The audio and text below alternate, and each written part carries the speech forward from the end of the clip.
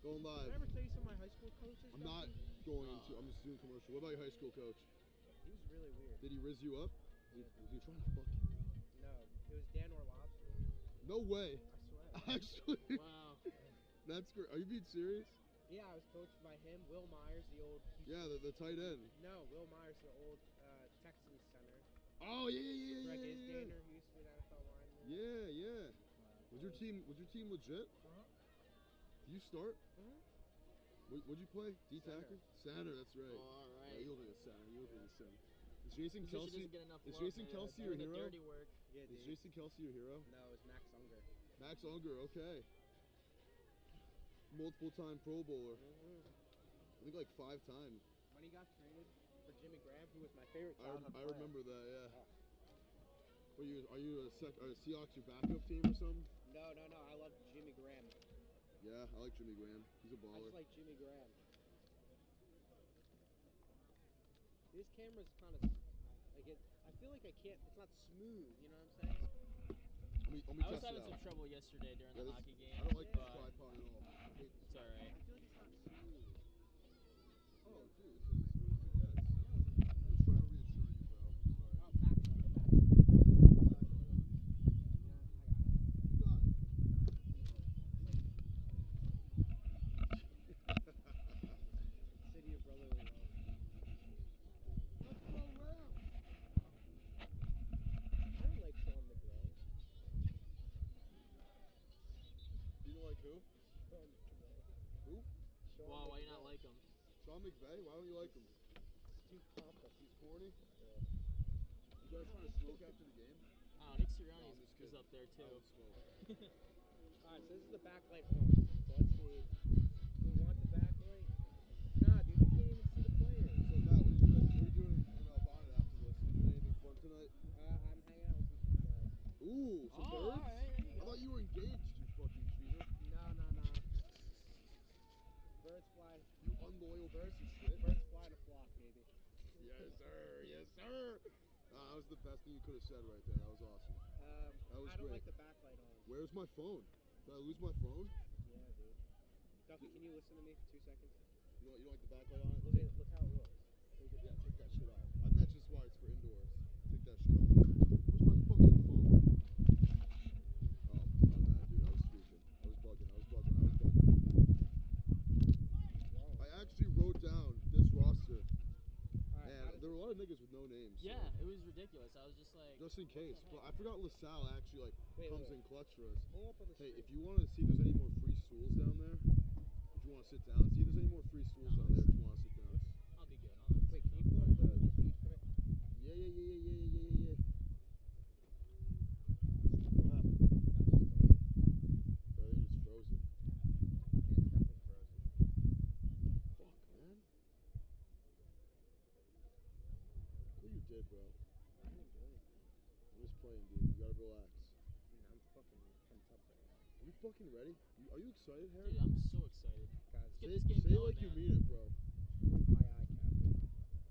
Do you send the games to your girlfriend ever? Oh yeah, every day. Really? Yeah. No, I'm kidding. Don't do that. I did. I know she didn't watch that shit, so. My wife's worried about the kids, bro. Wait, move the camera a little bit, dude. Why does it look fucking weird now, dude? Bro. Hold up, dude. What the fuck, man?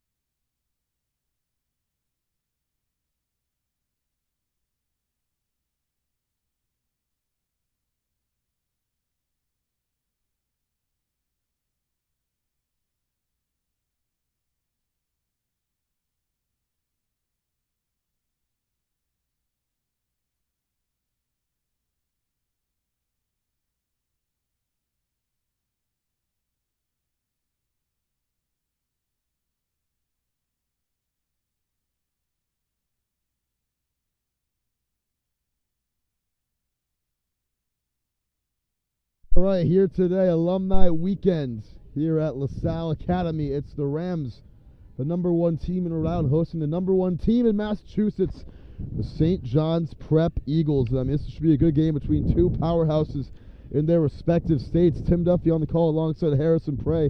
We had LaSalle's game last week against Central, a nail-biter against one of the biggest opponents in Division I in Rhode Island, and now today with an even taller task, hosting the St. John's Prep Eagles with a lot of future D1 players, potentially some NFLers as well. Yeah, absolutely. It's going to be an exciting matchup. You got talent on both sides of the football for both teams, and yeah, that game against Central last week was really an up-and-down game, back and forth. Central seemed like they had the momentum for most of that game, and then LaSalle was able to take it back. And, LaSalle has their hands full. St. John's is coming in, like you said, the #1 team in Massachusetts, and they're undefeated. So it's going to be an interesting matchup, and I can't wait to see how these teams fare out today. Going to be interesting indeed, as LaSalle, with their hands full, it's probably one of their hardest tests of the year. By far. You, Harrison, were a Massachusetts high school football player. You mentioned that St. John's pretty much every season going to Gillette Stadium to play in that D1 championship. What do you think the biggest test is going to be for LaSalle today? I think the biggest test for LaSalle is just how the Eagles are going to attack them. They can get the job done on offense in a multitude of different ways. Case in point, the last 3 games, they've scored 41, 30, and 49 points last week against Haverhill. This is LaSalle's biggest test this season. A large part of that is due to the history that the Eagles have shown. Like you mentioned, last 4 seasons capturing 2 state championships, so LaSalle's definitely going to have their hands full. Including one last year against Bishop Hendricken. This game about ready to go. LaSalle still trying to find them on the field. They're chilling on the baseball field. Very beautiful campus here at LaSalle. Looks like a small D2 school almost.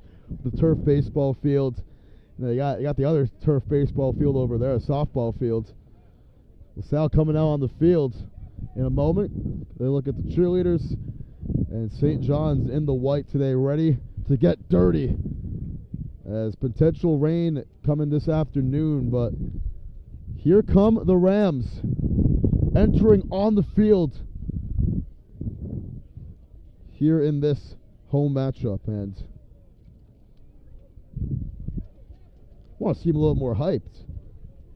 Yeah, I'm sure they're gonna get hyped once they start running in between the cheerleaders. But big day, like you mentioned, it's an alumni day, and got a lot of former Rams coming to support their football team. So got a lot of fans and a great atmosphere in store today. We sure do. Captain's coming out for LaSalle. It's Grover Moran, who had the game-winning interception last week in Central. Kyle Elliott, quarterback Jaden Mosley, and Jack Beebe for LaSalle. Here they come. They're getting hyped and ready to go. The Rams.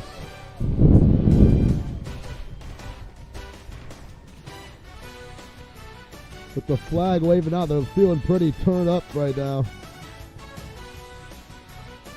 And what they know is going to be a tough challenge for them. But we'll be right back after the coin toss, after all the other pregame festivities.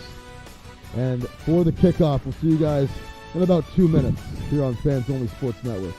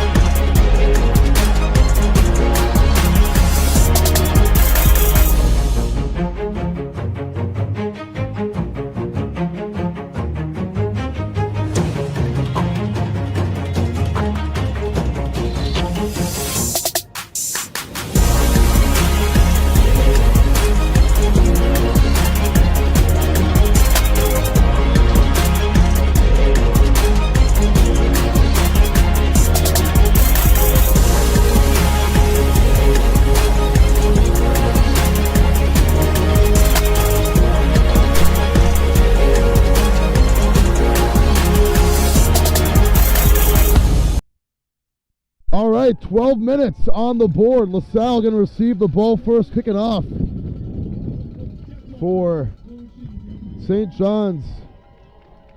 It is Langdon Laws, the big number 99, the junior, going to send this one away for the Rams to receive. And the biggest game of the year for the Rams, we're underway. In terms of hype, here's the return from the 13-yard line. Trying to find the hole, gets across the middle and down to the 27-yard line on the return was Ryan Bacon. And here comes the Rams offense, led out by Jaden Mosley, who had to start last week at Central, got benched for a couple of quarters for Gray Ionity. Sure, we'll see Ionity later potentially. They seem to be rotating in and out. Is Ionity one of the best quarterbacks in New England, ranked 8th? Yeah, for the snaps that he played last week, I was really impressed with what he was able to bring. He didn't play all the reps, and he actually threw a touchdown pass to Amari Montero, so really impressive stuff when Mosley was on the field. And Mosley, threw that touchdown pass to help ice the game. Had to get one more stop at the end, but here they come out of the empty set on first down. Mosley looks to his left. He finds his man. It's caught by Antonio Bearden close to the first down, and it's a good completion to start things off for 6, and they're going to go tempo right here. Good completion for your quarterback. First play, get him in the rhythm of things, make a short pass to Bearden, get him into the game. And they're going to draw him off. I believe it was against St. John's Prep. It was Marquise Avery alongside Anthony Carusi. Jumped a little bit early, but they're still going to discuss. Matthew Moretti was the one who reacted to that. Or maybe jumped early. And no, it will be an offsides and the first down. So first penalty of the game belongs to St. John's, and the Rams get their first down of the game by virtue of a penalty. Yeah, really impressive stuff so far from what I'm seeing from LaSalle. I mean, you get Mosley into the game with a quick short pass, easy completion, and then you're able to draw them offsides with an encroachment penalty, which is, really a plus. And so far they've been making adjustments in this second week so far. So second down and 6. Mosley looks to his right. Quick throw. It's Montero, and he is blown up immediately. Brought down right out of the bat by Matt Callahan for a loss of 5. About 4 on the play. Second and long. Talked about Amari Montero, how he had that touchdown reception last week. Well, Matt Callahan, he knows that he is a threat with the ball in his hands, just going to get out on him with that quick bubble screen and really create havoc in the backfield. Makes a tackle for loss. That's the first tackle of a loss, and we're going to see some of those from both sides, you'd imagine. I mean, both these teams ferocious up front. Also, Salle faces 2nd and 14. They've come out of the empty set on all 3 of their plays so far. Trips to the right here. It is Mosley throwing again. It is behind his intended receiver in Stitchell and incomplete. Makes it 3rd down. Got a flag. The flag is down. Another flag falling to the turf, and let's see what it is.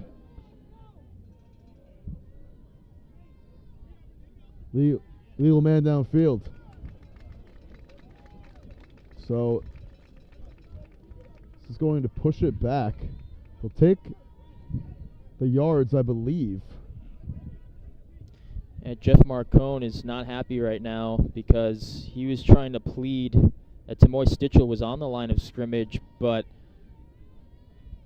I guess the referees saw it differently. So they're going to decline the penalty and take the 3rd down from where the sticks are at. So first declined penalty of the afternoon.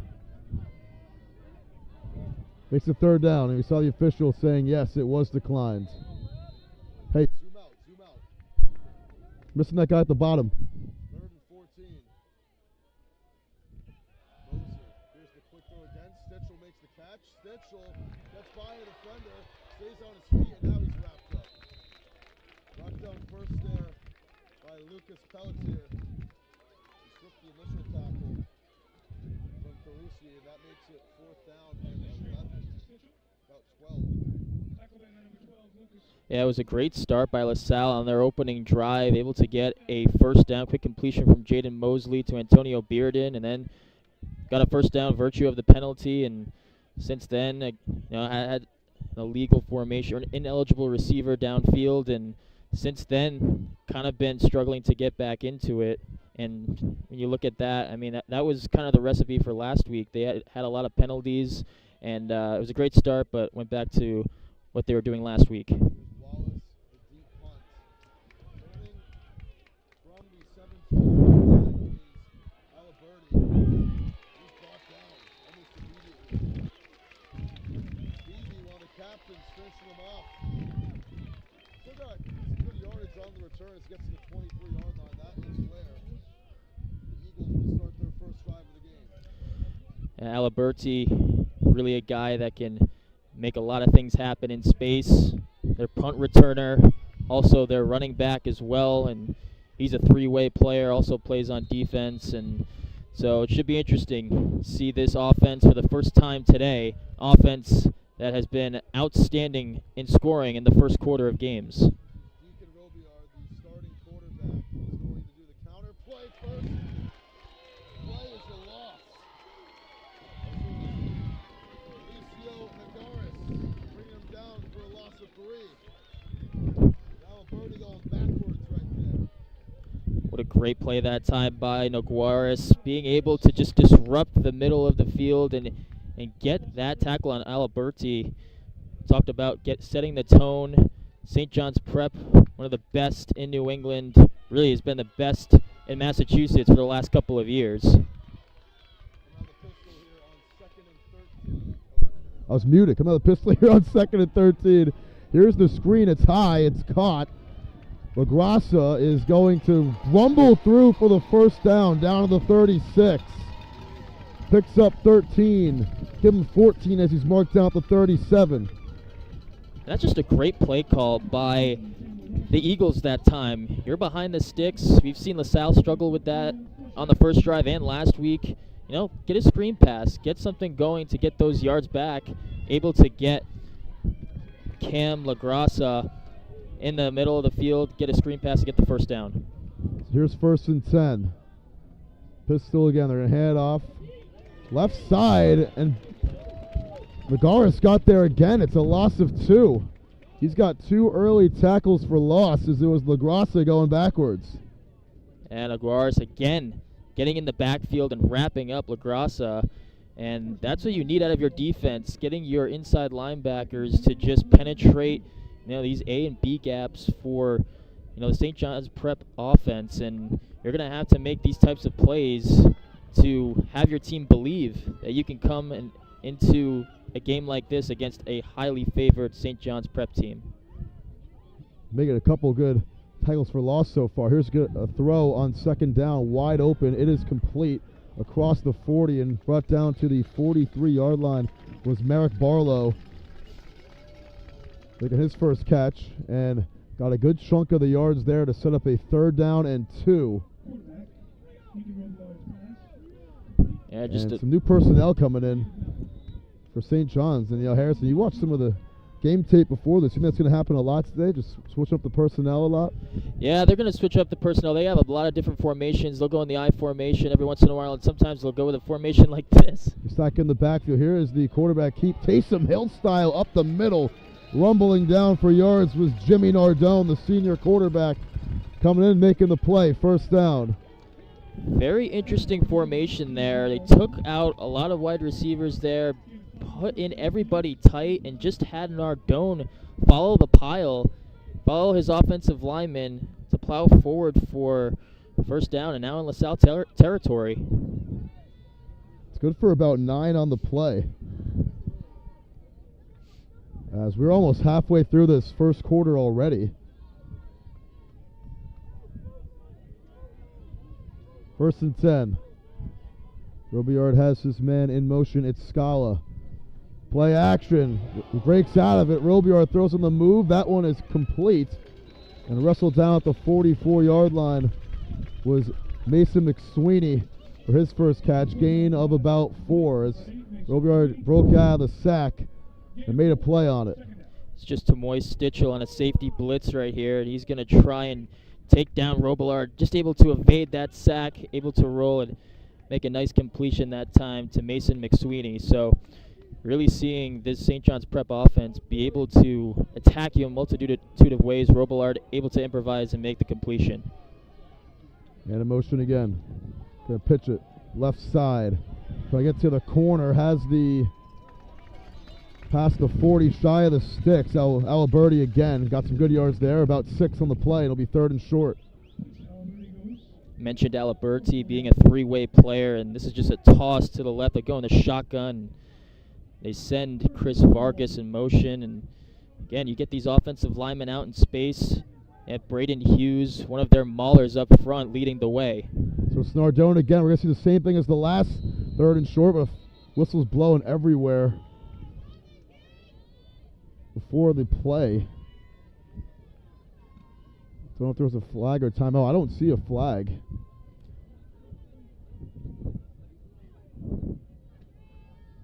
Yeah, I'm not sure what the call is here.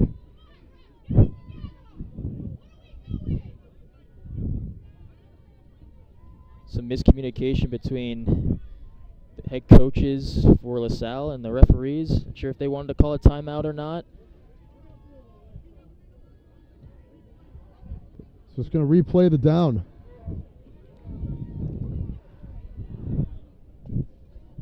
Looked like nobody was ready, but seen that formation where they bring in everybody tight on the Eagles offense, take out all your offense or your wide receivers, and just bring everybody in tight, and they're probably going to go with that formation if it's ever 3rd and short, 2nd and short, or if they're within striking distance of a 1st down. So Nardone stays on the field. It's 3rd down and a yard from the 38. So they take this one right side, moves the chain, still on his feet, stiff arms Bearded and gets to the 25 for 13. 2 carries for Nardone. 22 yards on this opening drive. It's just an offensive package for St. John's Prep where they put Nardone at quarterback, take Robillard out, and just plug in everybody tight. You know, you just follow your offensive linemen to get the yards. And you see that with the Philadelphia Eagles, except they have Jalen Hurts go under center and plow forward. Just a little wrinkle that St. John's Prep has in their offense. Scala in motion again. Robillard's going to look for Scala. It is caught, stays on his feet, and is brought down by Bearden and Beebe after a gain of about 3 on the play. So 4 completions for Robillard today. He's 4 for 4, and he's got to 4 different receivers so far. Yeah, and that time Scala getting the reception in the flat. Basically created a pick play with Merrick Barlow out in front. Just get it to him quickly and follow Barlow for, a short gain. 2nd and 7. Robillard.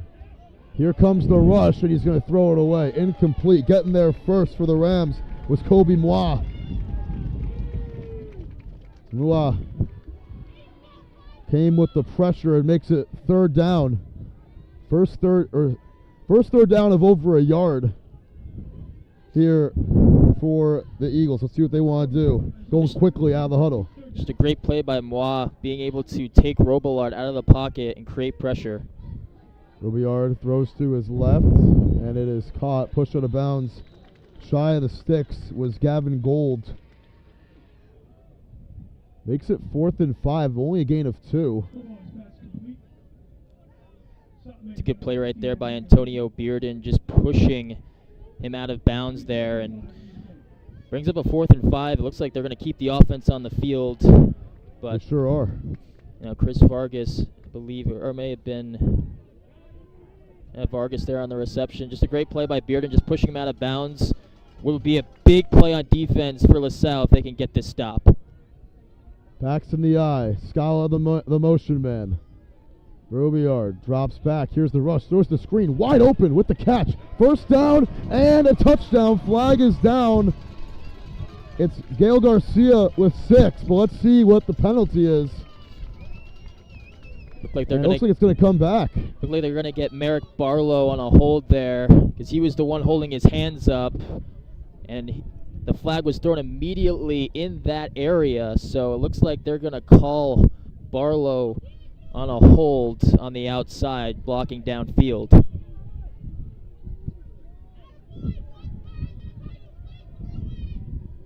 And you're right about that. It's a holding. Second penalty today against St. John's Prep, and that one couldn't have come at a worse time. But it'll still be 4th and 2 as it was well beyond the line of scrimmage.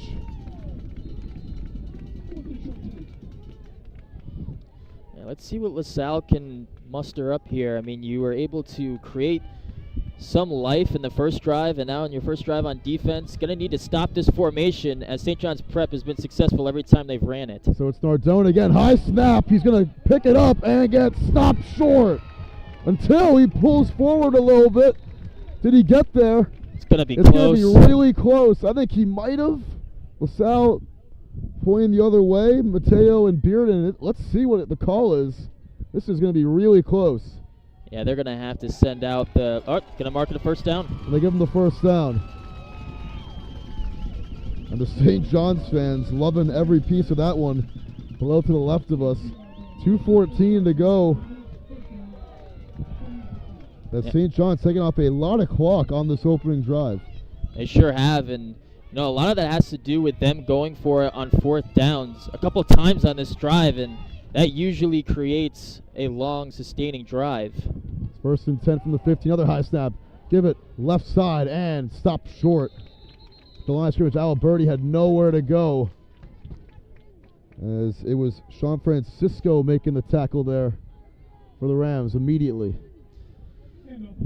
As Alex Kean Caruso is the center for St. John's. We've seen a couple of high snaps so far on this drive, and Robillard has had to jump up and catch it numerous times, and even Nardone whenever they go into their heavy offensive package.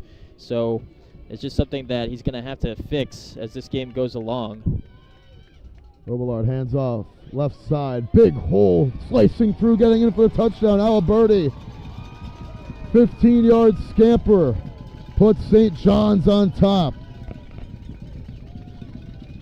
Just a toss play with Alberti. You get Gail Garcia, the fullback, able to lead block. And you get these big guys out in front. It's really hard to get through these guys. I mean, there's just so much push up front. You see Braden Hughes pulling on that play, and they can really just dictate games with their offensive line. So Nardone, 2-point try. Try to make a statement here. Runs it right side in the trenches, doing some excellent work. He gets the 2. 8-0 for St. John's as they score on a long first possession. Long drive. I mean, that was a 13-play, 77-yard sequence. Took over 7 minutes off the clock, and what a way to start for the Eagles. Just a great start, and you got a couple of 4th down opportunities where you were able to convert, and that's what makes this offense so hard to defend, is they can just keep the drive going right when you think you have them down. They're able to get first downs when you least expect it. I mean, Nardone, it looked like he was going to be behind the first down marker, and that last push by the offensive line, which they should get enough credit on that drive as well. You get these guys out in front pushing, plowing the way, and long sustaining drive, ideal drive for St. John's.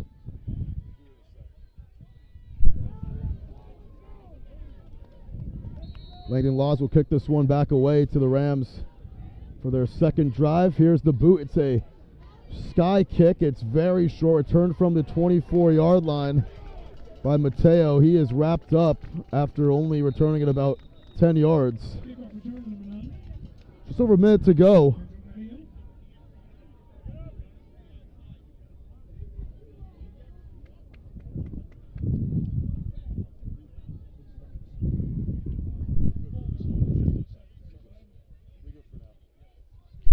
And what can LaSalle do on this next drive? I mean, you started off well, but really the key is to just stay ahead of the sticks, cut down on penalties. That was a big issue last week, and why they weren't able to play as smoothly as they wanted to. They got the win, yes, but they need to limit also negative plays as well.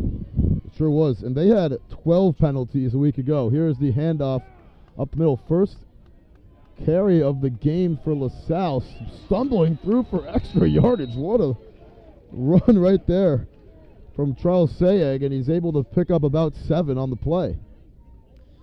That's what you need from your offensive line. Create these pushes where you're not down at first. You just keep plugging away, and again, create some spark on your sideline. Get your team back into it. That's what you need out of your offense. Just keep going. Don't stop playing until the whistle blows. So, in all likelihood, unless an incomplete pass, this will probably be the last play of the first quarter. Fast-paced first quarter. Man in motion, it's Bearden. Mosley. On 2nd and 4. Sends Bearden in motion again. Here's the handoff up the middle. Sayeg gets whacked right off the bat. And that was John DeGratis with the tackle, and that concludes the first quarter. We come back, 3rd and 3. The Rams trying to even things up or at least get a score as it's 8-0 St. John's with a 13-play drive, putting themselves in good position here at the end of 12. All right, you want to move over? All right.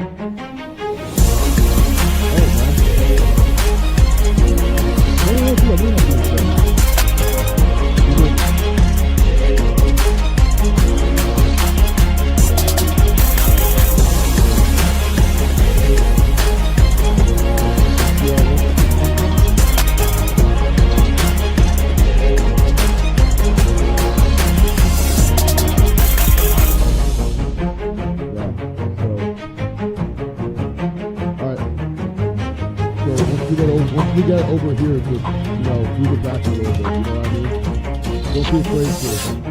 Yeah, we'll just stay there. Yeah, let me see how this goes. Yeah, that's not bad. That's the other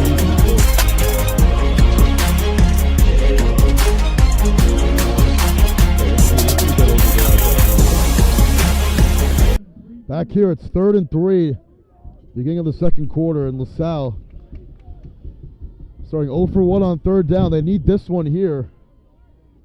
Got everybody crowded on the line of scrimmage. Look at the St. John's Prep defense showing blitz.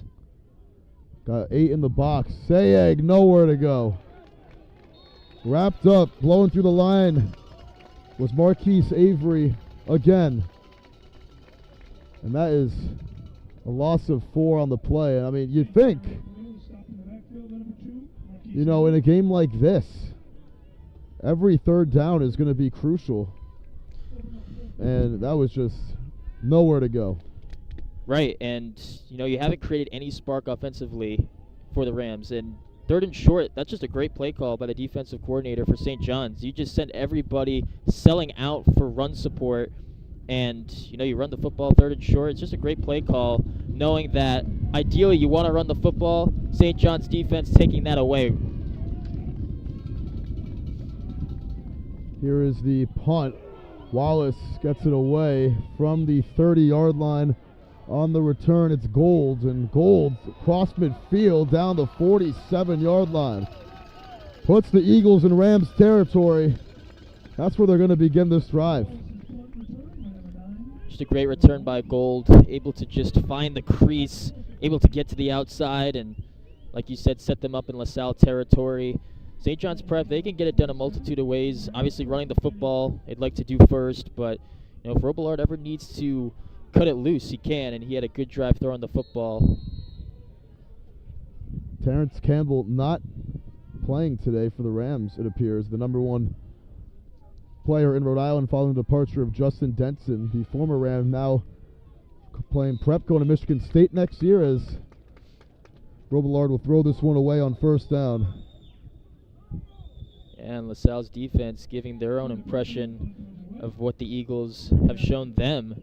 Just going to blitz Robillard there. He's just going to have to spin out of harm's way and throw this away. He actually had Gavin Gold open downfield, but pressure caused the incompletion. The Rams need more of that pressure in dangerous territory. Here's the toss play, right side. It's the touchdown score. Aliberti moving the chains with a big gain down the 30. Picks up about 16 on the run, and the Eagles are moving this ball very efficiently as Aliberti, that gets his yards total up to 34 on just 5 carries. He's going to get a great block from Wells Gillett on that toss play. Get your offensive lineman out in space and pave the way. And that time, Aliberti able to create these big chunk plays on the perimeter of the field. It's really paid off for them so far. Sure has. Backs in the eye. It's 1st and 10 from 31. Here comes the pressure from the Rams. Aliberti breaking out of it and is wrapped up from behind by Mua after a gain of 3. And that is a big tackle by Kobe Mua. As Aliberti just showing the leg room right there, charting those things for some extra yardage. Yeah, he just wouldn't go down. And just a counter on that play where they're trying to get, a misdirection in the running game. And how about Aliberti able to evade that first tackle, keep the legs turning like you said, and they can pretty much do everything. They haven't really gone backwards today that much. Only 1 or 2 plays of negative yards. Aliberti again has a hole, and we brought down inbounds at the 15, moving those chains. Another big run of 13. This offensive line is moving people. I mean, whenever they go to the toss play, if it's in the gun or under center, they're just getting out in space and creating these big running lanes. This time it's Jack DiFilippo, pulling, and he's able to get out in space, plow the way, and again, inside the red zone. So here's Nardone back in the game in that quarterback power formation, trying to find the hole, and Nardone gets inside the 10 to the 9 for 6 more, and the Rams just having a tough time stopping this rushing attack. The margin for error for the Rams is razor thin against a team like this that is just so dominant in whatever they run offensively. 2nd and 4, Nardone staying in the game. Whistle's going to blow before the snap. And a timeout will be called by the Rams. They're first. We'll take a timeout ourselves here on Fans Only Sports Network. 8-0. The Eagles on the board. And they're inside the 10-yard line trying to punch it in on their 2nd consecutive drive. We'll be right back here on Fans Only Sports Network.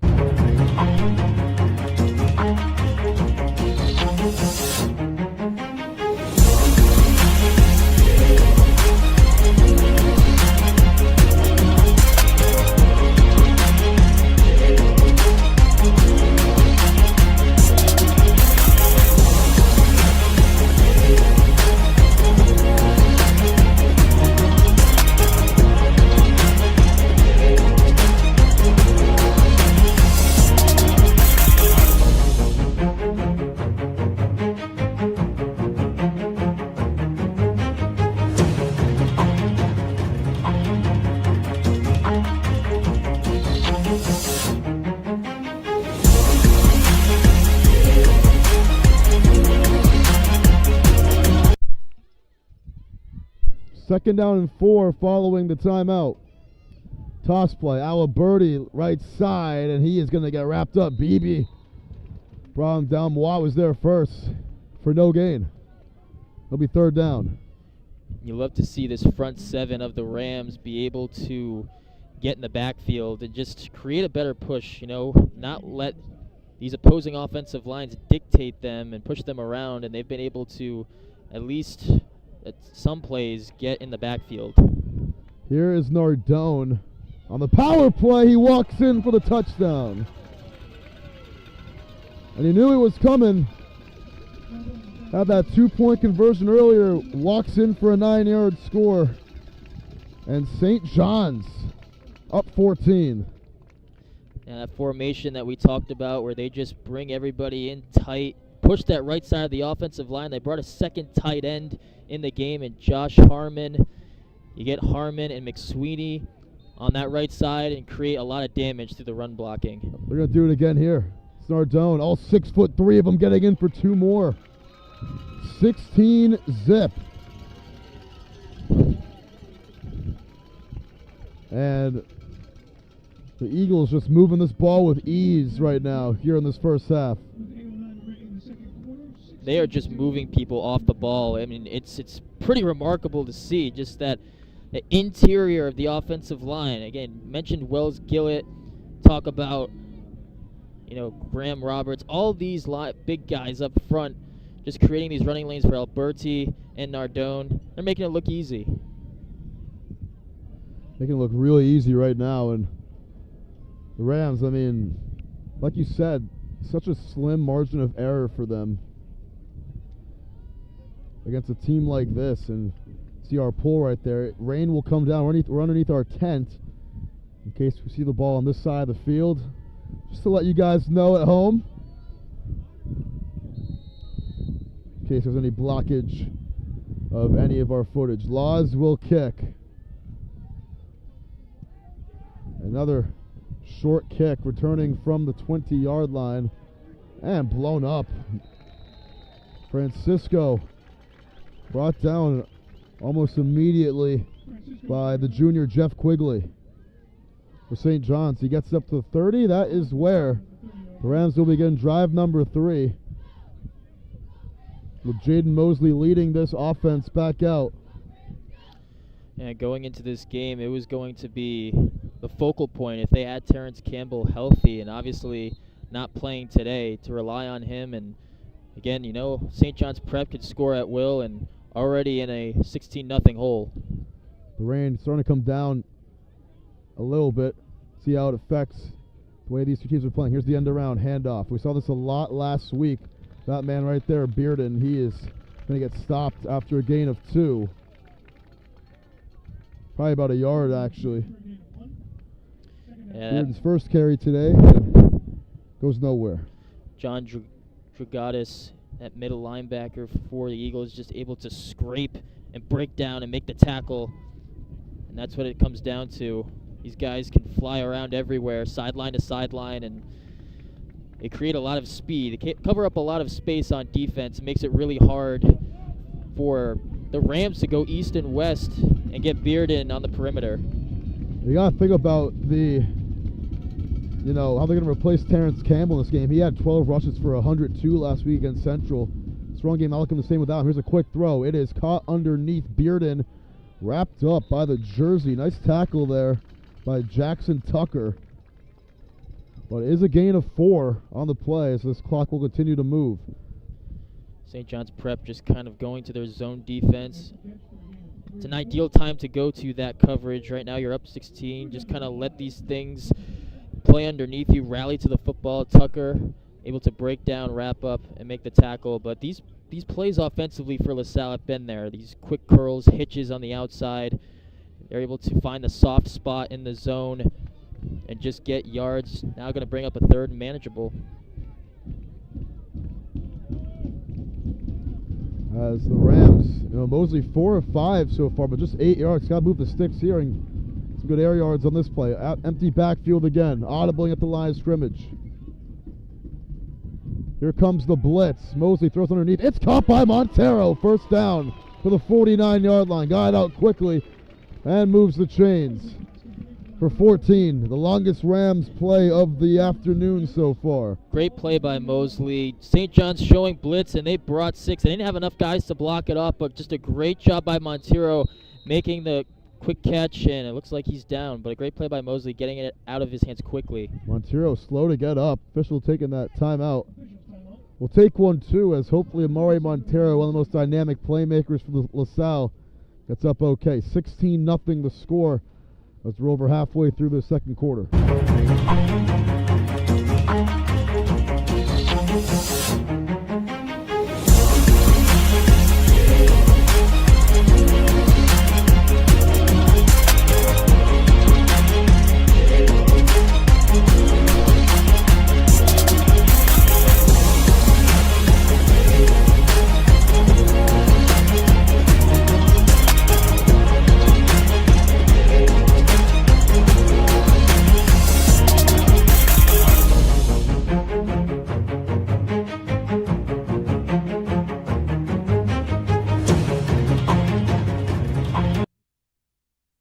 Hey, 1st and 10, Montero coming off the field, sitting on that bench. Got off on his own power, so that's a good sign, but got some medical attention. 1st and 10. Rams have not had a play inside Eagles territory. It won't happen on 2nd down as Salle lost about 3 on that one.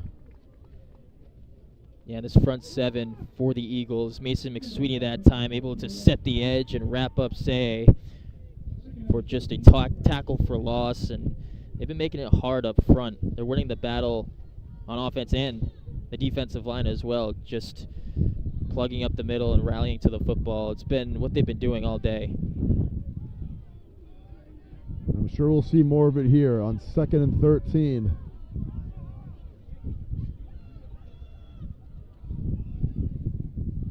Five wide again. Mosley takes, looks to his left, throws underneath. It's picked off. Intercepted, going back the other way with it. It's Tucker. Touchdown, St. John's. Jackson Tucker, 50-yard pick six. And Tucker was just sitting on this the whole way. Mosley's been throwing this throughout the whole game. He's going to realize it and just jump the route. That time trying to get it to Tamoy Stitchell. And how about Tucker? The catch and run all the way to the house. What a play that time by the middle linebacker. Just read that little hitch route, and you know what's coming here with Nardone in the game. Oh, yeah. They're going to try and go with that every time. If they feel like they have a mismatch on the line of scrimmage, they're going to go with it here.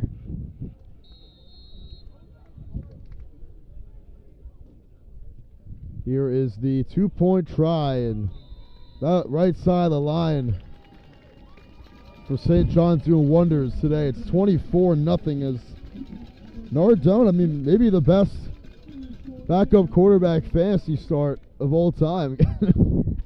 For sure. I mean, 3 2-point conversions. I know. And a touchdown. Not too shabby for the guy, and you're just getting all these guys blocking down, cleaning up people, and it's really just been blowing LaSalle off the ball.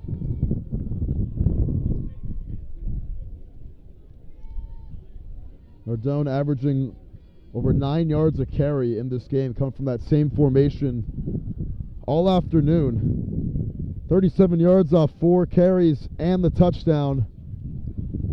As this rain starting to come down a little bit more. Got Ionity throwing on the sideline for the Rams warming up. Let's see if he's going to come in. Laws will kick this one away from the 15-yard line on the return. And Sayeg to the 31-32. 31 is where the Rams are going to start, and Ionity is going to come out on the field for the Rams. And we saw Ionity switch out with Mosley back and forth last week. Saw a lot of positive signs. He had a great day on the ground last week against Central. So Jeff Marcone obviously trying to go with a different flavor here, trying to create a spark by putting in Ionity. He's the 8th-ranked quarterback in the class of 26 in New England, 50th overall player in New England in the class of 26, the number 1 quarterback in Rhode Island in the class of 2026. And he's going to throw here over the middle, and that, no chance. Threw it behind his intended receiver, Sayeg, and incomplete. He got pressure that time from Matthew Callahan, and that's been what St. John's Prep has been doing all day, just creating pressure, with all these different guys. You only have, 5 or 6 guys blocking. That time LaSalle actually brought in a tight end, Mangianti, to create more blocking, give Ionity more time, and that time not on the same page. And last week, he had a lot of damage on the ground. 11 carries for 77 yards in relief. Only went 2 for 6 through the air. Here's 2nd and 10. And whistles blow. It's going to be a timeout taken by the Rams. Their 2nd timeout. And we'll take a timeout ourselves. 24 donuts. A couple dozen on the board for St. John's Prep as they are eating breakfast and lunch. Trying to finish off with some dinner here in this one. We'll be right back here on Fans Only Sports Network. You like that one? You like that one? Fuck yeah,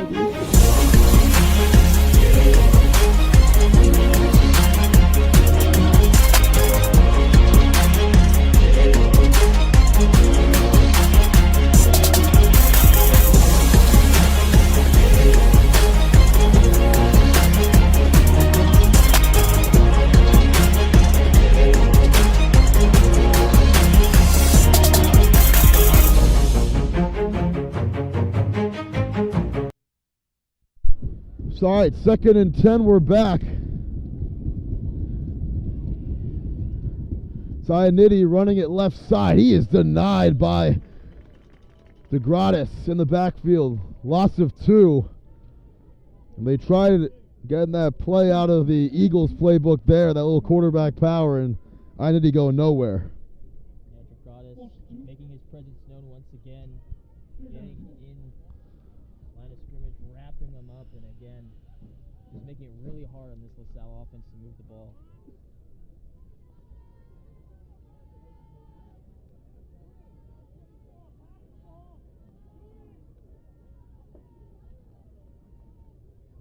It's 3rd and long. 0 for 2 on 3rd down, or 1 for 3 actually. Had the 3rd down on the last drive to Montero, resulting in his injury. Nitty floats it and no one home. Not on the same page at all. There's intended receiver. And could have been grounding maybe. Mitchell was the only one there, but he was about 15 yards back. It's going to be 4th down again. Wallace will punt for the 3rd time. Just a clear miscommunication. Nitty going for the long ball and Stitchell running a slant. So obviously not on the same page, and that's the price you pay when you switch out your quarterback. Sometimes you're not always going to be on the same page with your receivers. The chemistry's a little bit different, and that time causing a 4th down. Back deep, it's Aliberti. And Barlow punts in. Here's the kick. Aliberti will call for the fair catch. Oh, it may have touched him. It's alive. And the play's going to be at the 34, but I think that's Rams' ball. They think it touched him. It's Salle Young recovering it, and it is Rams football. Yes, Rams ball. Oh man, that was just Alberti getting a little too close that time, and it kind of reminds me, when the Patriots played the Chiefs in the AFC Championship game, Julian Edelman getting close to the football and not touching them, and referees are just going to go with what everybody's been ruling. The LaSalle sideline saying that they have the football and they're going to give it to them. So this is what you need. Down a lot of points right now, but you get this turnover on special teams, got to take advantage of it. Don't have the luxury of instant replay. Don't have the luxury of instant replay here either. Yo, you gotta commentate real quick. My mic isn't working.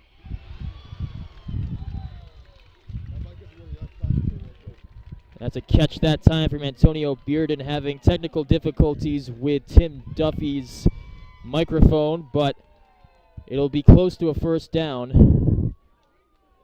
Nitty to Bearden, and they'll move the chains. It'll be a 1st down from the 24-yard line. Sal getting the turnover on special teams by a miscue of Dylan Aliberti. They'll set up shop at the 24-yard line on the right hash. They'll go empty. Bearden to his right. A quick throw that time completed to Charles Salle.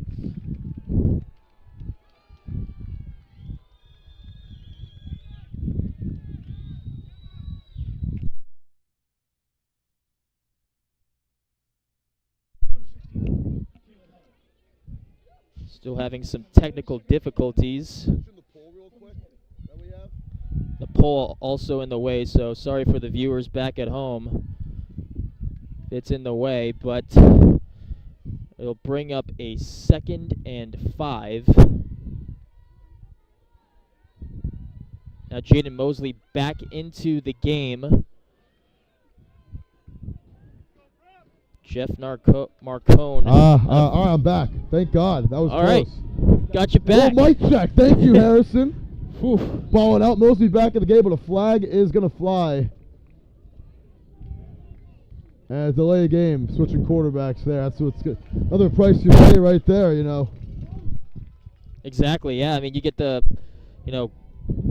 different quarterbacks, different cadences kind of throw you off guard. You know, the volume may be a little different from Mosley to Ianniti, but glad to have you back. I mean, had those technical difficulties, need my play-by-play guy. A little bit close right there. But Mosley back in from the 25, just over a minute to go in this first half. Sayeg in motion. Mosley is going to see another flag thrown down, and LaSalle just going backwards here. Just hasn't been going their way. It's been penalty after penalty. Saw that last week. You mentioned it many times. Believe it or not, those are the first two LaSalle penalties of the game. And it comes maybe at the worst time as they're trying to get on the scoreboard for the first time today. Like we said, you know, we have our little canopy. The rain's coming down a little bit here from Providence. So that is why the pole's in the way if you're just joining us. Just over a minute to go. And now a minute remains. Mosley rolls out to his right. Here comes the rush. Throws it downfield. A lob that is going to be incomplete. Looking for Bearden as he got a little bit defensive on that play. Marquise Avery had a chance for the pick. Had to knock it out of his mitts, but another flag is down here with 51 ticks to go in this first half. Flags on 3 straight plays, and it is going to be a defensive holding.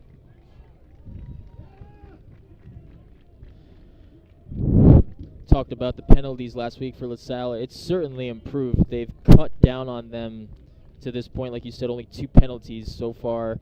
This time going against St. John's Prep. But a good job by Bearden not letting Avery pick that ball off, as that was razor close as Mosley was getting pressure.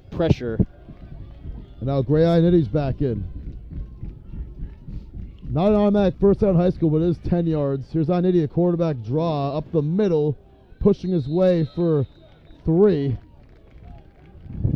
Only 1 timeout for the Rams. They got to go quick here.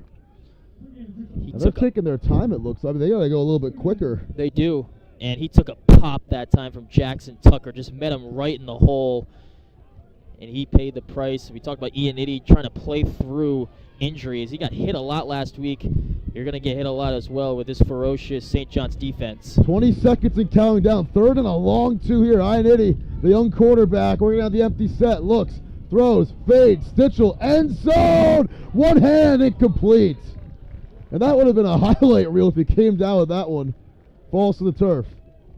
Yeah, it would have been a great play by Stitchell, and he made a one-handed grab last week. And again, it's a pretty good ball by Ianniti that time, just giving his guy a chance on the outside, going up against Grayson Ambrosch, or excuse me, Edwin Castro, my apologies. And number 7, Edwin Castro, going step for step with Stitchell. Here's 4th down. They're going to put Mosley back in with just 9 seconds to go. This is the first set of plays today inside Eagles territory, and the Rams are going to burn their last time out with 9 seconds left. But, you know, what a tough first half it's been for the Rams. I mean, they got a big break on this drive with the muffed punt from Aliberti, who's had an excellent game himself on the ground for the Eagles. But, you know, what do you think here? 4th and 2, 4th and 3, the last play of the half. You know, they have no more timeouts. Can't stop the clock. They got to bounce. They do want to have another play, and you know, you're thinking a shot to the end zone, or definitely have to take a shot in the end zone, because if you want to at least get 3, you know, you put this ball in play. It's either my receiver's ball or nobody's ball.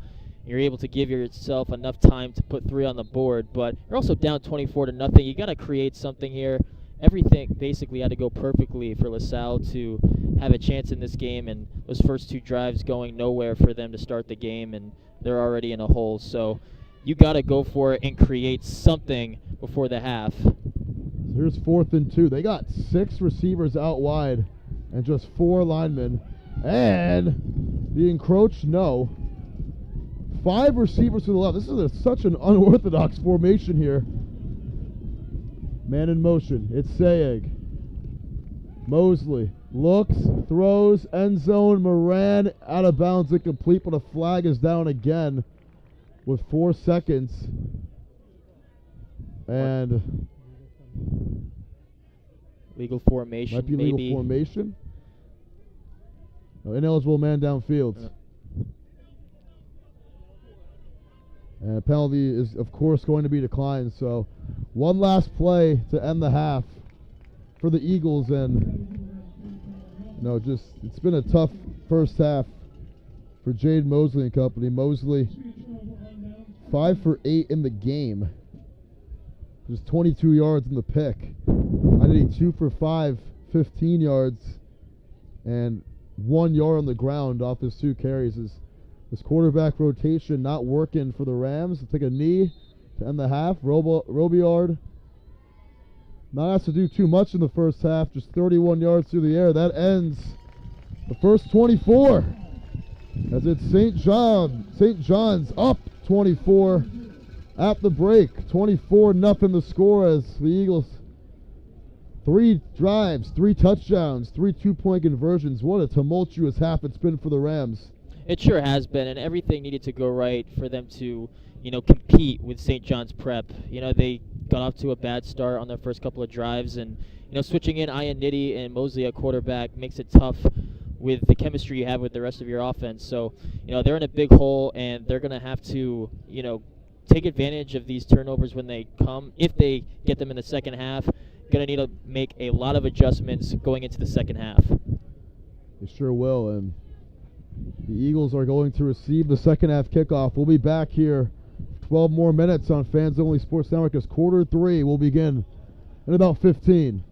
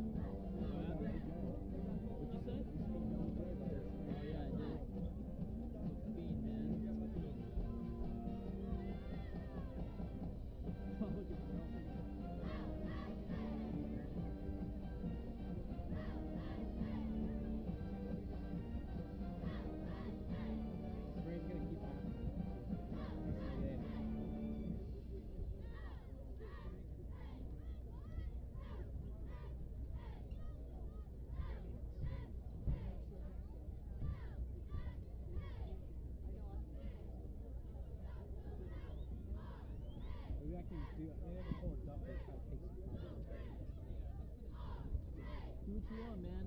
He literally takes the popcorn. Like, he takes chicken tenders from first day we were hungry. Can we get rid of the tent? No, we can't. Ron just asked, can we get rid of the tent? Not really. No, not really.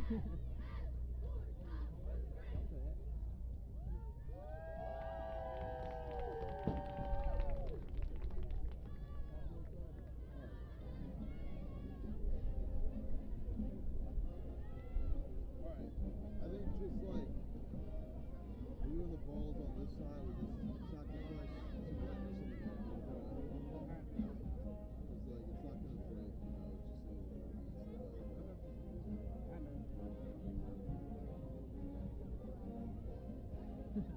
Dude, that hurt. Happened to me once too. My head over here.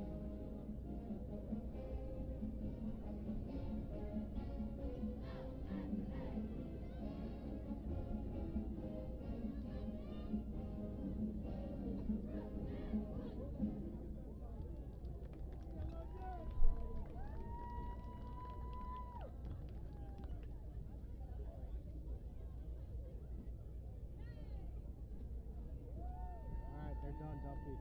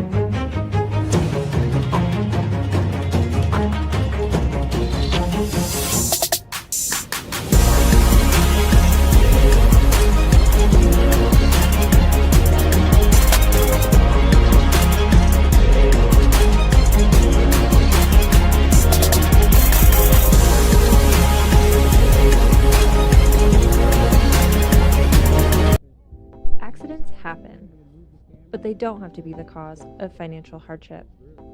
Even with health insurance, an accident can result in major medical bills. Let's say you were playing football and an aggressive tackle broke your leg. An ambulance takes you to the emergency room where you are given care, but now you have 3 months of physical therapy before you are back on your feet. Your health insurance will cover a lot of your costs, but you will be required to pay your out-of-pocket maximum. The average out-of-pocket maximum in the US is around $4,000. But you had planned for the unexpected. You signed up for LifeRaft's Accident Supplement Insurance, which reimburses medical expenses related to an accident. Your costs were reimbursed up to $5,000, covering 100% of your out-of-pocket expenses. Now you can focus on your recovery without worrying about how to pay for it. LifeRaft's affordable, simple-to-use, and flexible products start at only $5 a month and ensure you and your family are protected when you need it most. Visit enroll-me.co/AFA to sign up.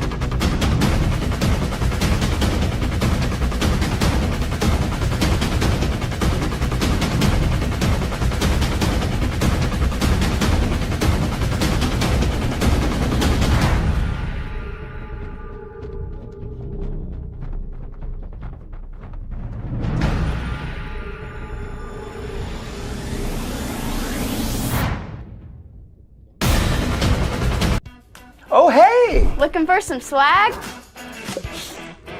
Here at My Custom Swag, we will imprint, embroider, or laser engrave your name or message on practically anything you want. Water bottles, t-shirts, jackets, caps, banners, business cards. We'll even wrap your company vehicle in vinyl. Best of all, we won't break the bank. There's no minimum order required on most items. My Custom Swag is a proud American family-owned and operated business. So let's get creative. Express yourself and call My Custom Swag or visit mycustomswag.com today.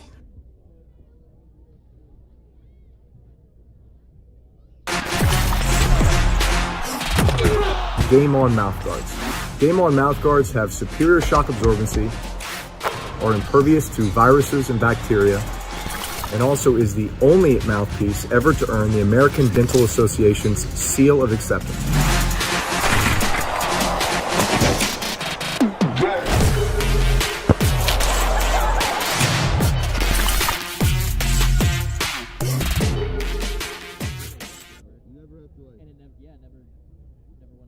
At Jersey Mike's, they freshly slice your sub right in front of you, which takes some training.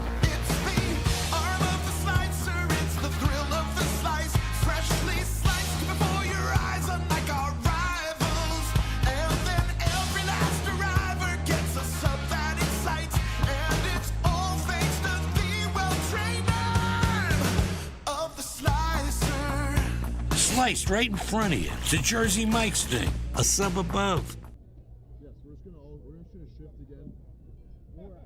At Jersey Mike's, watching them freshly slice your sub is the coolest thing you'll see. And the second coolest thing you'll see is this. Woo! Here we go. Twirl. Up, up, big, hand down. One hand, up. Up. Flip. I could eat. Sliced right in front of you. The Jersey Mike's thing. A sub above. Getting that perfect slice is satisfying, fulfilling, and rewarding too. But we don't do it for fun. We do it for fresh. Slice to order makes a sub above. The right way to top a sub is with real red wine vinegar made from red grapes and no food coloring. And the right way to film it is in slow motion. Obviously. Because authentic ingredients make a sub above.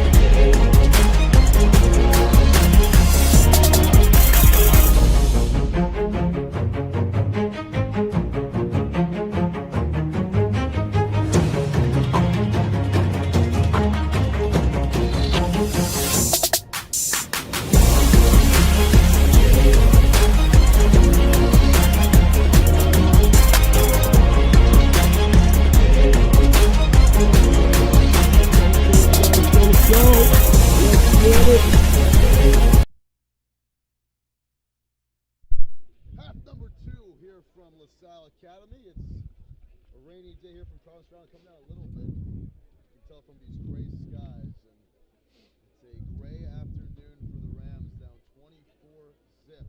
You know, the first 24 minutes here on Fans Only Sports Network. Tim W. Harrison Trey joining you back. Oh, I was muted that whole intro. That was a good intro too. I was muted the whole time. That hurts. All right, I'm just gonna start over from the top. Back here for half number 2, 24 more. That's how many points the Eagles have on the board. Here as we begin quarter number 3, the Eagles will receive the second half kickoff as they put up 24 there in the first half.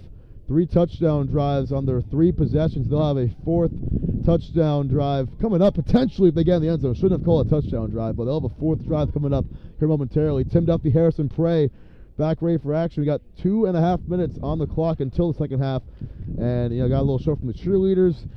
Maybe the best thing the Rams have seen today on a gray day this afternoon. Yeah, nothing has been going right for them at all. They've been struggling over and over and over again. And no matter who's at quarterback, Jaden Mosley or Gray Iannitti, their offense can't seem to move the ball downfield. St. John's defense has been giving LaSalle a bunch of different looks, confusing whoever, and they're getting a lot of pressure too. And I think that's one of the main things you can take away from that first half is they're constantly getting pressure on the quarterback.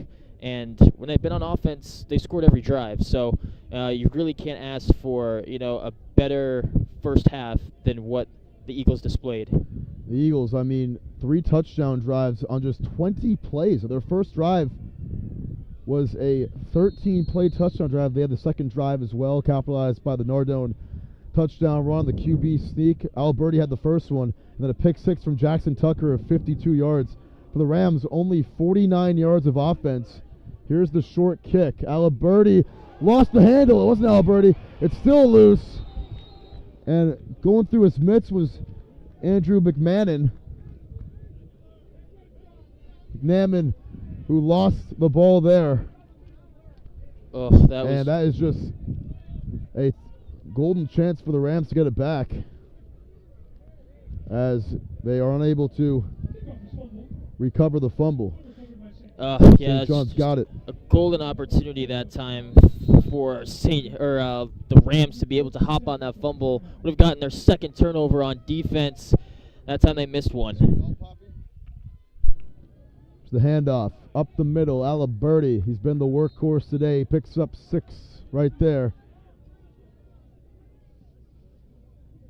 It wasn't Alberti. It was actually LaGrassa, who has had 1 carry today of negative yards, gets into positive territory there and picks up 6. Only, like I said, only the 21st play the Eagles have run this afternoon, as they've been moving the ball with ease so far today. I haven't seen the ball in a while. The Rams threw the pick 6 and had the ball the rest of the half.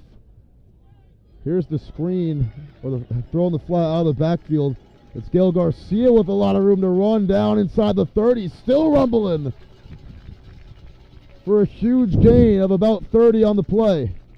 Gail Garcia is one of the most valuable fullbacks in the St. John's Prep offense. You talk about his lead blocking, but how about getting in the flat that time, able to get a huge gain, able to help out St. John's Prep offense any way he can, blocking or catching the football. So it's good for 34 on the play. Throwing. It is caught on the quick slant and down to the 10-yard line. There goes Merrick Barlow. First and goal for the Eagles, gain of 19. Eagles haven't had to pass as much today because they've had so much success moving people up front in the run game, but Barlow able to catch that quick slant. Nice throw from Robillard that time, high, but able to jump up, high point it, bring it in, and get the yards after the catch. I formation. Garcia, the fullback. Hand off to Alberti on the counter play, and he is wrapped up behind the line for a good loss. Great tackle there from John Bigden, who was the first man on the play. Loss of 3. Loss of 4, actually.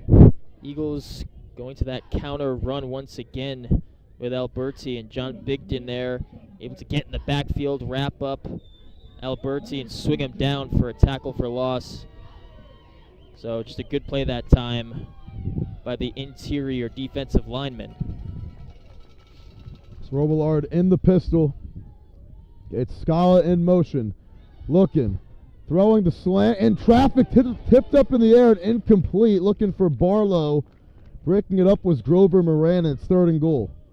Grover Moran trying to jump the route that time. They threw a slant a couple plays ago, trying to hit Barlow again, and Grover Moran able to just break up that pass. Took a shot, too, at the end of that one. Sure did. Now it's 3rd and goal. And the Rams have not put St. John's in a lot of third down situations today. Trying to get the stop here. Barlow the only receiver. Here's the handoff. Up the middle. And Negrasa gets to the 9. For 5 on the play. It'll be 4th and goal. And they're going to send out the field goal team. It looks like. St. John's Prep, even though settling with 3, it's still a successful drive. They have the big lead at this point with a great first half on offense. Starting the second half with a successful drive. Don't need to force the issue, just kick a field goal. Langdon Laws from 26 yards away. That kick splits the uprights. And it makes it a 27-0 game as Laws gets 3 on the board. Nice kick that time by Laws, able to just split the uprights there. And, you know, it's a good sign to be able to trust in your kicking team. Langdon Laws to just kick it right through. And the St. John's Prep offense has been really, you know, no matter what they've been able to execute, you know, running the football or passing it, they've just been moving the ball down with ease. And I would expect for them to continue that throughout the rest of the game, you know, making it look very easy. Here's the kickoff once again. A little bit of mist here. Have our tent set up. Honestly, brother, it's not even raining. Let's just go out. Just go out.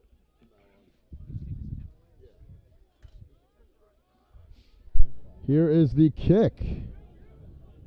And from the 10-yard line on the return, brought down at the 26, it's Donald Young spun down. That is where we'll begin.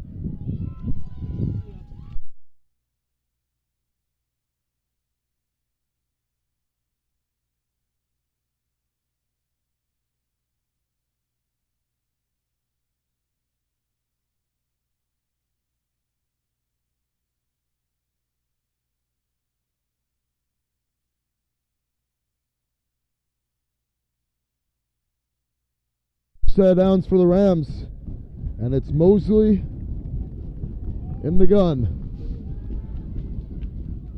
Only 4 yards of offense in that first half, and they're going to lose a couple here as Sayeg wrapped up in the backfield again, brought down first by Callahan. Loss of 2. Yeah, Callahan just constantly making his presence known in the backfield. McSweeney in there along with him, and they've just been doing a great job wreaking havoc, you know, creating these tackle for losses, and it's really made this LaSalle offense one-dimensional.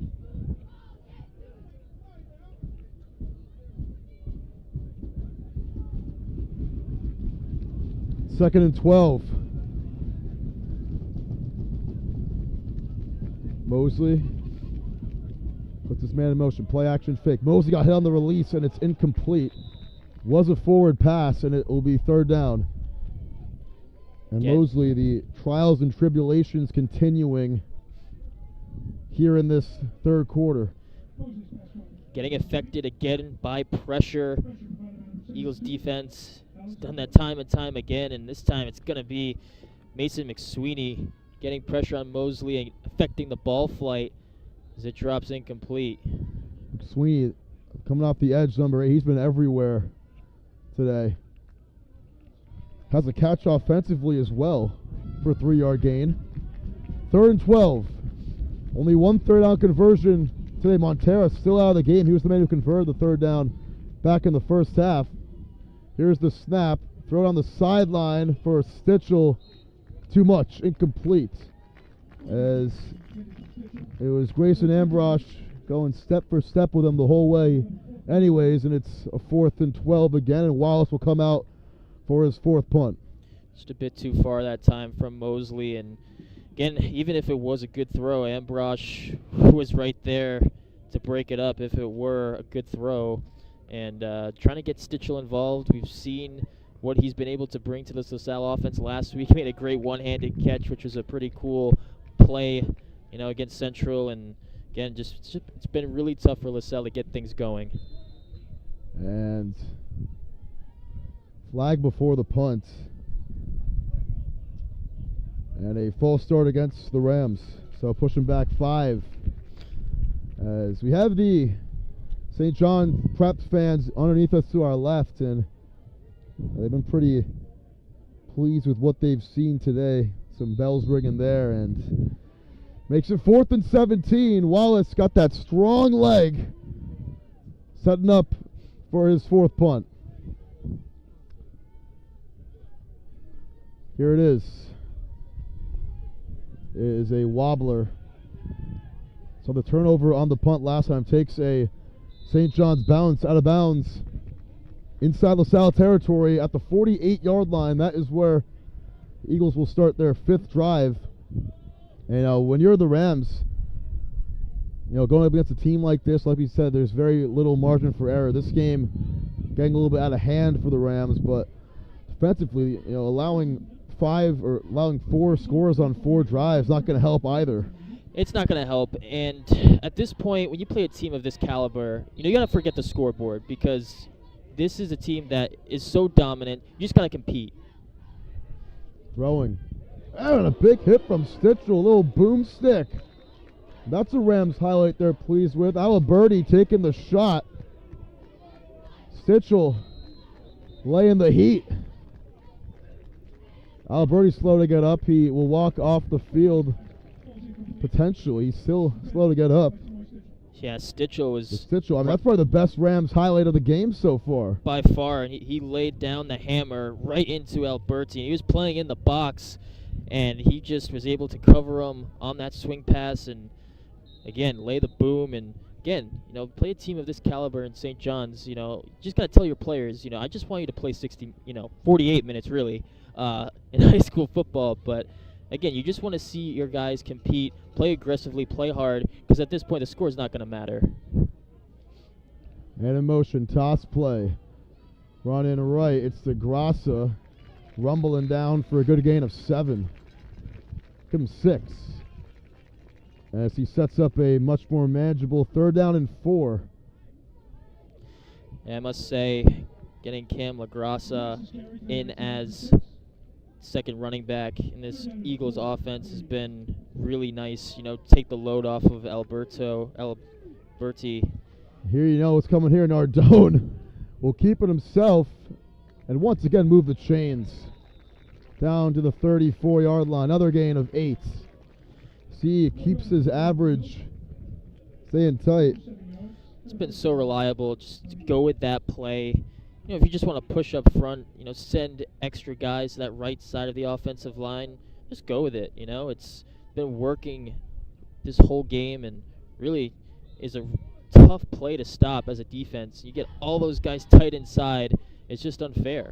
5 carries, 44 yards for him, as they've all been on that same play, with 3 2-point conversions in the first half as well.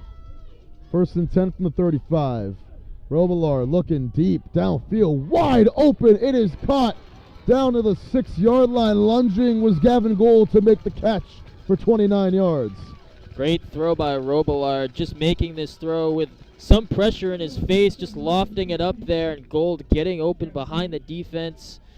Kind of got a lot of pressure there, or a little bit of pressure, not that much, but again, just a great job by Gavin Gold tracking the ball and making the diving catch. They mark him down at the 7, and Nardone back in the game. He's going to go that right side, pulling guard, finds the hole and the end zone for his 2nd touchdown. A 7-yard run set up by the 28-yard completion, and it's 33-0. 5 drives, 5 scores. And they're going to kick the extra point this time. First time they're not going to go for 2, as Langdon Law is coming back out onto the field to attempt the 1-pointer. Just a great drive, being able to go to that formation when you need it. Nardone just taking advantage and getting a great push, pulling offensive line. Wells Gillett leading the way. Sure was. That kick is good. It's 34-0 as Gillett pulling guard. We've seen a lot of that today. 2 touchdowns for the senior quarterback. It's been impressive showing with him just taking over a game when they send them in there, take Robillard out there, and then just have all your big guys dictate the line of scrimmage, get these big gaping holes, and have your skilled players run behind them. It's been a great formula today. Sure has. I really want to see the 8th grade quarterback, Chris Vargas, one of the top 5 QBs in the class of 2028 in the nation. I saw him last year on Instagram Reel slinging it. Yeah, he's been fun to watch. Saw he was on this team, so that's the only bright spot for us. However, LaSalle hoping to get into the end zone, or at least on the scoreboard for the first time today, as they'll trot out for their 6th possession. He goes in maybe there. 7th. I'm sure he'll, wow a lot of folks in the stands. From the 14-yard line, cutting it right down to the 29 on the return was Francisco, and that is where the Rams are going to begin this one. And again, Donald Young, rather.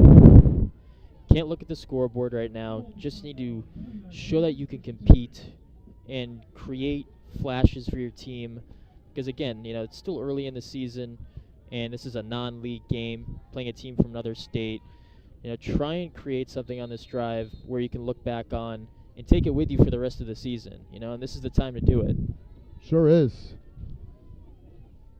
At least get something on the board, as Mosley stays in the empty set. We've seen it on the majority of these Rams plays today. I mean, only 8 rushing attempts. Here's the throw, left side.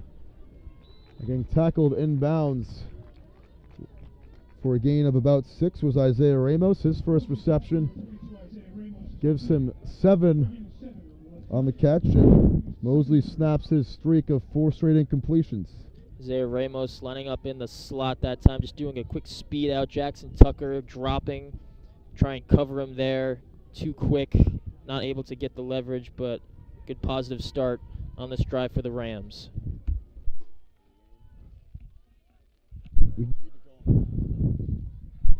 Second and 3.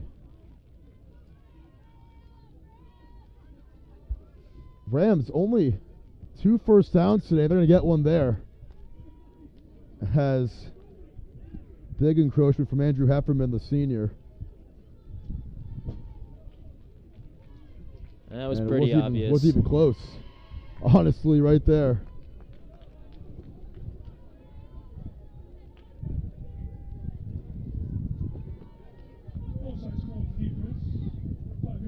I have to go back under the tent here. And first down for the Rams. Just their 3rd first down of the game, 2 of which coming in similar fashion on offsides penalties. Yeah, he just pushed Tyrell Harris to center for the Rams. Blatant, easy call there. think it might be their 4th first down, actually. This throw through the midst of Bearden, incomplete. 2nd down. Good throw that time for Mosley. Good decision. Open Bearden, able to just check it down to him on the slant, and Bearden just needing to bring that in, bounces off his hands. But, no, on this drive so far, Mosley's been making good reads. That time just needs his receiver to catch it on the receiving end. Sure does, and just threw his minutes. Maybe a little bit behind him on the throw, but there's some of the DBs in the area. There's some good placement from Mosley. A little bit. For a game like today. Here's 2nd and 10. Still going 5 wide. Mosley throws. This was a wobbler, and it's incomplete for Bearden. Ambrosch was there to contest it after the fact, but Bearden unable to make the catch anyways. 3rd down. And again, that's been there. That speed out on the outside to Bearden. Again, a little off target. Ball placement's been a little high.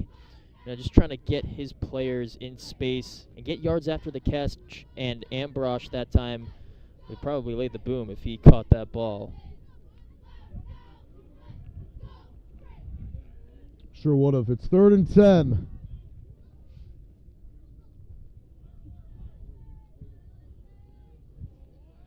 Mosley audibling. He's been doing that a couple times today. You see the control he has over this offense. It's 3rd and 10.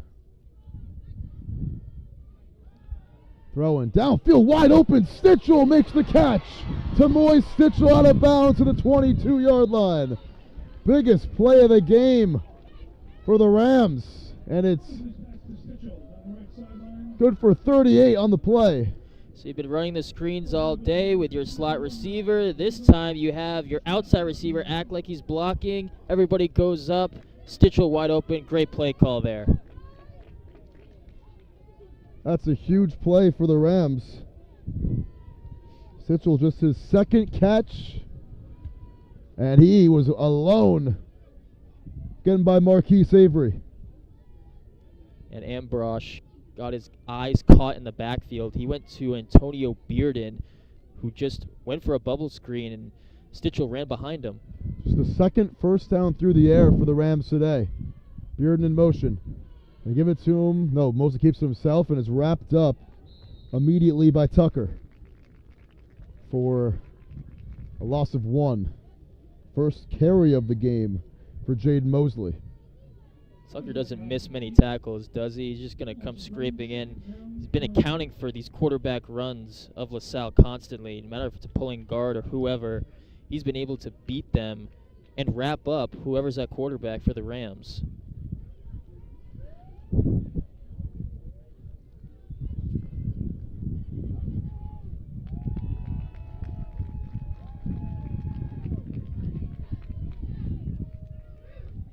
Second and 11.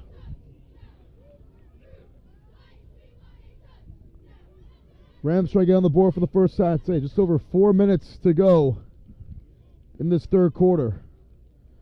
Mosley looks to his left. He got blown up and lost the ball. Avery coming off the edge on the blitz, and it's a fumble recovery by Carusi. They're going to say he was down first. Mosley's really slow to get up after that one. And sure was, and Avery just came hard off the edge. Unbelievable blitz. He came off the edge, and it was Christian Reagan, the right tackle, didn't account for him, didn't see him. Avery just laying the boom almost with a strip sack fumble, but LaSalle luckily able to keep the ball. I mean, he just came out of nowhere, just a heat-seeking missile, and hit his blind side as Reagan, or not really his blind side, but just didn't even see him. I mean, his eyes were turned left, and that's where Avery came screaming for the sack. So that might be the last we see of Mosley today. I mean, he got blown up right there by Marquise Avery, who's been everywhere on the field today. And it's a loss of 9 on the sack, or 8. Makes it 3rd down and 19. And that was just with evil intentions right there, coming off the edge. Yeah, I mean, unbelievable. These edge rushers are hopefully for Mosley he's okay. I mean, he might be in protocol right now, talking to a trainer. shake his head a little bit. Ionetti, the screen tipped up in the air, incomplete. It was batted down at the line of scrimmage by McSweeney and falls to the turf. Yeah, even when they haven't gotten pressure, these defensive linemen, defensive ends have gotten their hands up, especially on screen passes. On this time, Ionetti trying to get it to Stitchell. Again, McSweeney just getting high, batting that ball down, almost leading to an interception.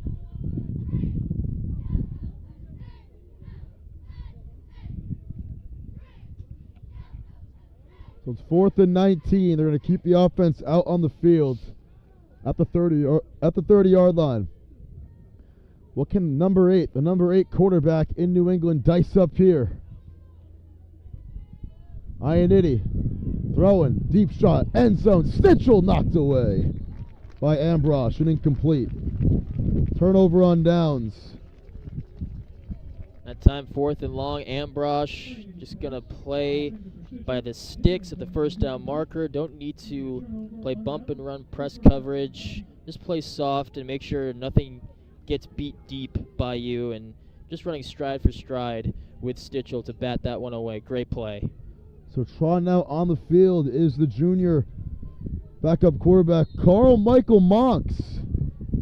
Going to lead this offense as Robillard's day appears to be done. And Monks under center. Going to hand it off right side as the majority backups are in the game now. That toss, number 41, Andrew McManman. As McManman is able to get nothing there, lost a yard on the play. Seeing the Eagles be able to go to these toss plays, have a guard pulling. This time McManman set for a tackle for loss.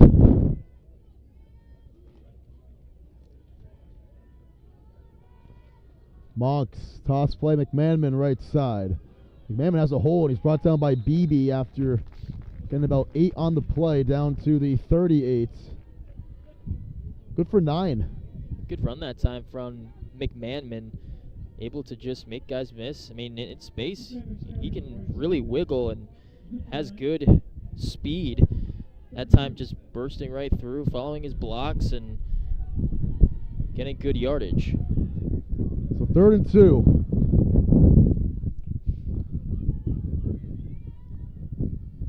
Handoff right side, and a first down on the ground. Good for 3. Moves the chains again. It's Jeff Quigley, the junior. And moves the chains once more.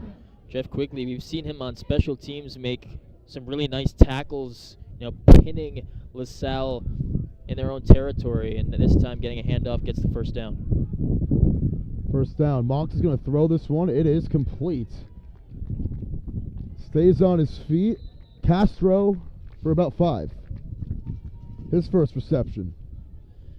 It's really good to see Monks get his time.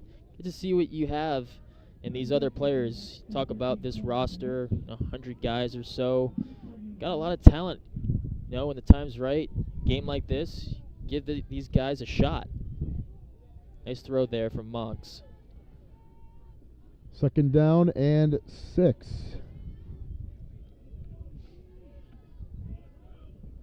Handoff. McManman slicing through. He has another first down. Good for 12.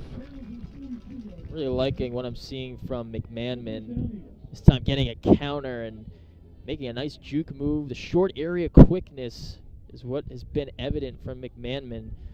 He's been able to make these guys miss and has some wiggle to him. Sure does. The sophomore running back, McManman. Backs in the eye once again. A minute to go in the quarter. McManman is blown up for a loss. And their first was Nagaris, his second tackle for a loss. And we're going to say he got back to the line of scrimmage there. Maybe a generous spot. We've seen a lot of questionable spots today, but in a game like this, 34-0, not like it really matters. Yeah, Nagaris has been one of their shining bright side today, and Nagaris making a couple of tackles. He's made tackles for losses in the first half. This time, getting a nice tackle. Throw right side, caught by Angelopoulos for a gain of 3, and that should conclude quarter 3 as it's milking down. 8th different pass catcher today, and we come back. It's going to be 3rd down and 7 for this St. John's team that has yet to been stopped offensively. 34-0 the score here on Fans Only Sports Network as we'll flip sides. We'll be back for quarter number 4.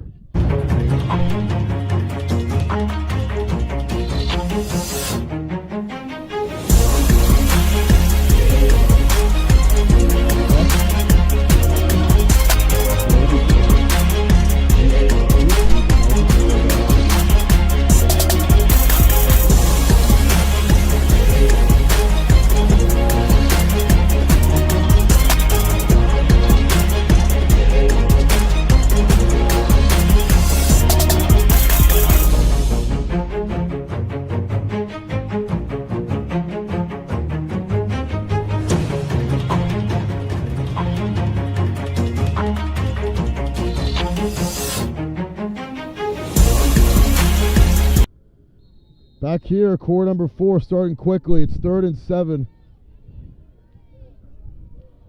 Up the middle. Quigley will pick up. He's still going. Gets to the 37 for 4. Got 3 on the play, and this is just the second 4th down of the game for the Eagles. Yeah, when they have gone on 4th down, they've been able to convert. They've been very successful in that area today, and so this time Monks at quarterback, have Quigley running the football. McManaman really hasn't mattered. This team has talent everywhere, and now bring up a 4th and short, still going to go for it. And why not, right? 4th and 4. Surprised it's not Nardone in the game. Moggs, he's going to throw this one on the slant. It is caught by Castro with some room to run. Castro is going to strut in down to the 1. As he gets 36 on the slant. 1st and goal again. On the slant, like you said, lined up out wide towards the numbers, and you know, it's just a great throw by Monks, able to hit him underneath. And how about Castro? The yards after the catch, get it down to the 1-yard line. Great work by the junior there. Deacon Robillard, the starting quarterback for the Eagles, finishing the game 8 of 11. Didn't have to do 8 of 12 rather. Didn't have to do too much. 111 yards, no touchdowns, no picks. 1st and goal. Fullback dive, right up the middle, touchdown. It's Carusi getting in for 6.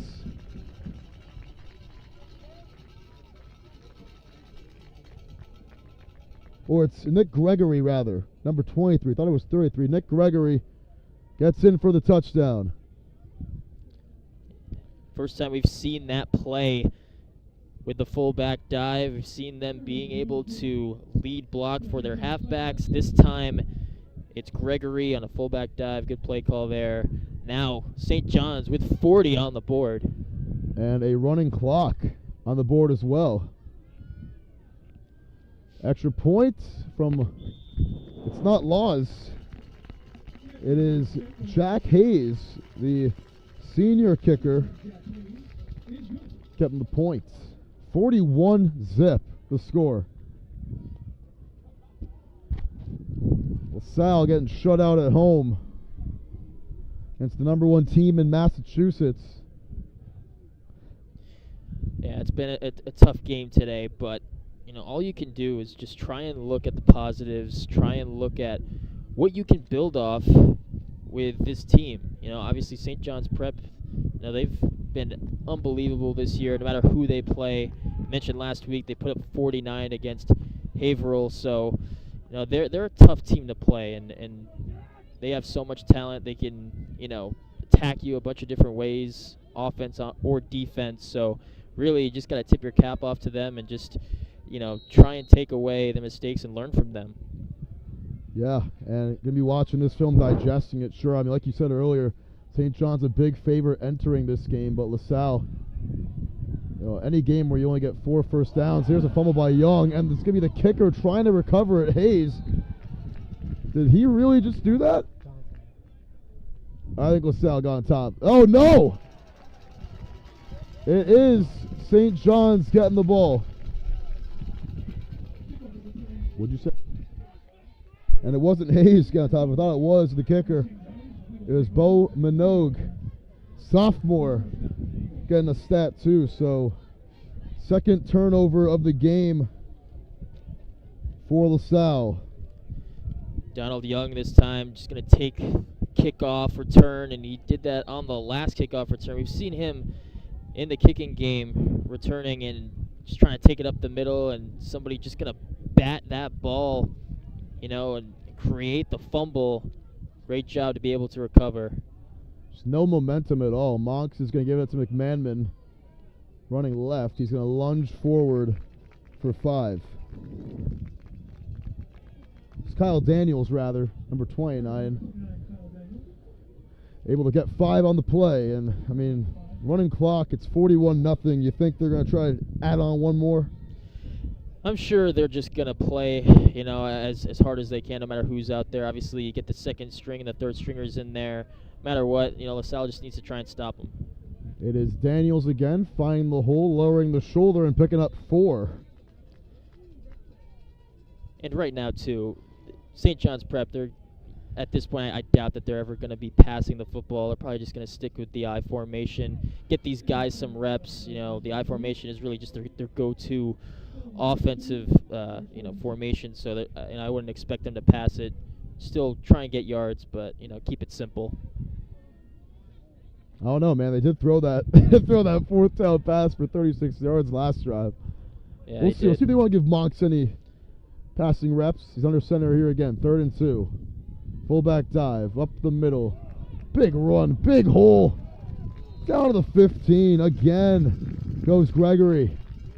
Got a lot of yards there. Yeah. Marked him at the 15. Good for 17. And a 17-yard fullback dive just sums up how it's been going for the Rams. Yeah, I mean, nothing's been going great defensively. They've been getting pushed around, and that's where it starts. Starts in the trenches. If you can't dictate the line of scrimmage, you're going to have a lot of problems. And Gregory that time, 17-yard fullback run, really impressive stuff. As these trenches have been incredible. Up front for St. John's, handoff left side, and J. Cole, another running back, getting a yard there. And in a game like this, you're giving all your guys reps. That's already the 4th different ball carrier we've seen since they put the backups out on the field. 5th, actually. As Hawley able to get a yard. Yeah, just trying to mix and match, see what you have. I mean, having the depth is really key, too. And whenever you need, starters are hurt, in a situation like that, you need your guys to step up, and obviously getting some much-needed reps at this point in the game. Here's 2nd down and 9. It is Hall losing the ball and recovered by the Rams. First takeaway, it's Grover Moran with the fumble recovery. And the first turnover of the game for St. John's as Hall puts it on the turf. Yeah, that time, just getting hit immediately. I believe that was John Bigden. It was Bigden, yes. Getting in the center to create that fumble, just popped it right in the hole. And good job by Grover Moran to hop on that fumble. If there's been one positive here today, I think the turnovers. We saw at special teams where they got a short field, being able to recover a fumble. So that's something that you want to build off of. 1st and 10. Ionity will keep it himself. That's a good hole. Gets to the outside and is tripped up. got a yard on the play as he was brought down right there by Nick Shibley after a gain of a yard. Nick Shibley doing a good job setting the edge that time, being able to wrap up Ionity, and we've seen Ionity on these quarterback runs likes to run it a lot, take it outside, and Shibley able to wrap him up down low.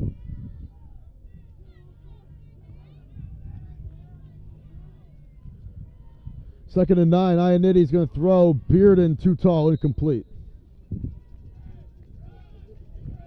Ionity in completing his last 4 passes. He's 2 of 8 for 15 yards. Yeah, it's been tough, but this throw right here, this is a layup. This is a throw you got to make. And again, it's still late. You still need to build on things. And when you've seen Ionity be able to throw the football, he struggled, and you want to see that part of his game improve.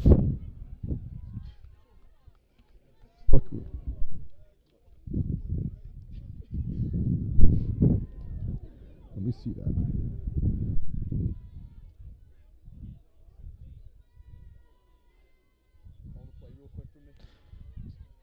So now we have, bad snap. Ionity's going to take it and get wrapped up. Bo Minogue wrapping him up that time. May have been a miscommunication. And it'll be 4th down. Ionity limping off the field. Loss of a yard for Gray Ionity.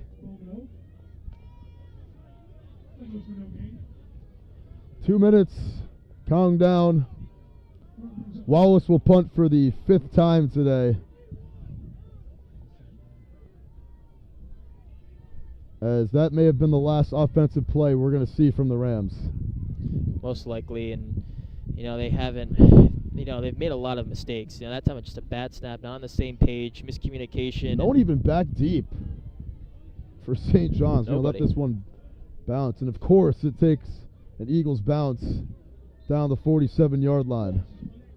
And they'll start in LaSalle territory by virtue of a punt for the 2nd time today, but probably see a couple quarterback kneels right now from Monks. Certainly a couple quarterback kneels, and at this point, not even going to send anybody back there. Just going to play it conservative. No point in trying having anybody return the football. Just play it safe at this point.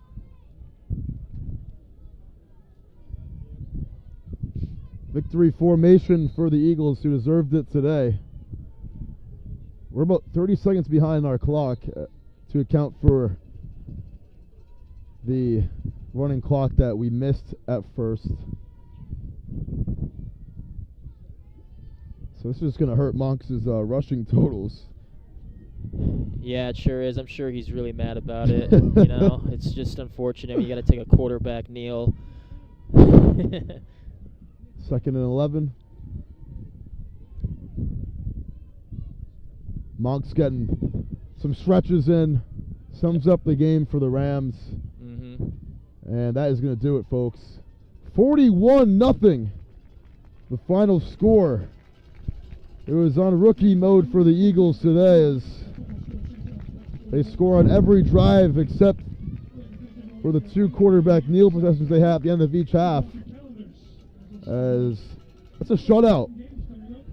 A donut for the Rams. It was a tough competition, of course, against the #1 team, Massachusetts.